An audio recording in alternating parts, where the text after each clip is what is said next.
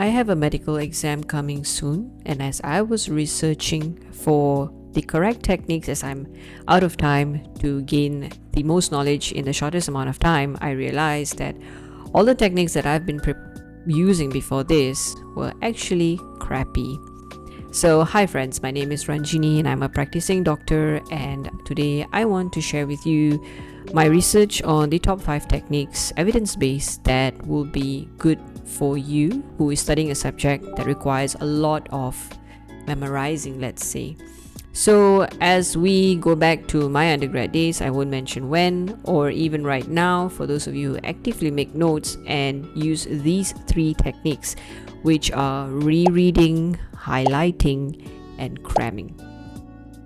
Anything wrong with that? No. Is there evidence that it works? Yes, but compared to these methods that I'm going to tell you, it is far lower yielding techniques. So highlighting, it's a colorful act and it is a mere satisfaction thing.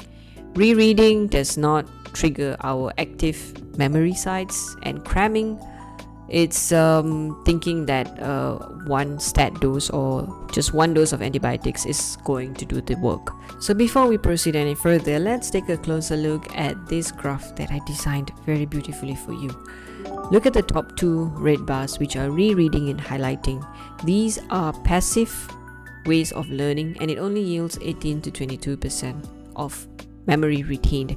That's not fantastic. We want more. And if you can look at the green bars, I'm going to walk you through what are these techniques in a couple of minutes. Without further ado, let's go to technique number 1. Number 1 is called the retrieval practice. Retrieval, before we retrieve, we need to input. And how we input is by reading something. So we have read it, but we cannot assume that it has been embedded. So how are we going to retrieve it, and what does retrieving do? Every time, for example, okay, I'm going to use a lot of cardiology analogy in this video because I like cardiology. So let's talk about the right coronary artery branches. We have read it. I think there's about 3 or 4 branches. And when we're trying to recall posterior descending, right marginal, what this is doing is the hippocampus is waking up. So each time we try to retrieve some information, what's happening in our brain is that the hippocampal cortical circuit gets fired, and they did an MRI and it shows that the prefrontal cortex activation increases with every attempt. So these little memories will integrate to become a long-term semantic network. This is so crucial because this is how we are consolidating than just reading and only activating one way of memory, which is visual. Okay, let's go on to the second technique, which is spaced repetition. So it's pretty much the same concept, but now what we're doing, we're going to go deeper into that memory forming. So it is the same concept of trying to retrieve the branch of the right coronary artery, and like I mentioned, the antibiotic analogy. We don't assume that by one dose of antibiotic this person is going to get well. What we do is we give them a very high dose, and then we give them smaller doses for a number of days, because we want to achieve a certain therapeutic level for it to be efficacious. Number 1, we have to know that when we cram, we are basically stuffing our brain and we are reducing the hard disk and preventing it from gaining more knowledge in the future. So we are borrowing memory from our future self and not paying it back. We don't want that. Instead, what we want is we want to activate this receptor protein that is very crucial to build or consolidate this long-term memory. And how do we get that? Each time we do a space review or try to recall, there is a wave of long-term potentiation at the CA1 synapse. Now, this is very biologically heavy information, but my point is, when you understand the biology, that by spacing out the repetition, we are getting this protein, and that will over time enhance our long-term memory. And it's got an 85% retention, which is 10 times better than cramming. Note to self. And it's very simple how you do it, how frequent you should do it. That's probably information for another video, but as simple as 2 to 3 days recall, 2 to 3 days recall. Alright, now let's go to the third technique, and this is called the interleaving practice. Okay, so I hope it's not too much. Grab a sip of water. We've got 3 more to go. So technique number 3 is interleaved practice. So interleaving, my brain sees it as interweaving. So what it basically means is that when we see a patient has symptom A, B, and C, and for me to postulate what's going on, I do not just think of one system. I need a differentials at least 3. If you only have differentials from one system, then something is wrong somewhere. So what I'm trying to say is that when we just study one topic repeatedly, our prefrontal cortex will retrieve the same scheme on autopilot. It's easy, but it doesn't transfer information. Now, this transferring is a very crucial part of enhancing the memory. So when we interleave cardiology, respiratory system, we do 5 questions of cardio, 5 questions of respi. It forces the prefrontal cortex to reconstruct certain information from scratch. And each time we do this, it activates the caudate nucleus. And this will feel very uncomfortable and harder to cope with this, like, oh my god, my brain is in a mess, I'm thinking of this and thinking of that. But the neuroscience is working. It's not me who is saying, it's the studies who have said it. So 72% of retention versus just blocked practices, meaning one topic at a time. So interleaving, don't forget to do that, especially if you're in your undergrad. Like certain universities, for example, my university, we did anatomy, biochemistry, and physiology. But simultaneously, we went through different organs, different systems, different topics. And then there are certain universities that do cardiology, anatomy, physio, biochem, pharmac, everything at a go. So you can see what I'm trying to explain here. Alright, now let's go to the 4th technique.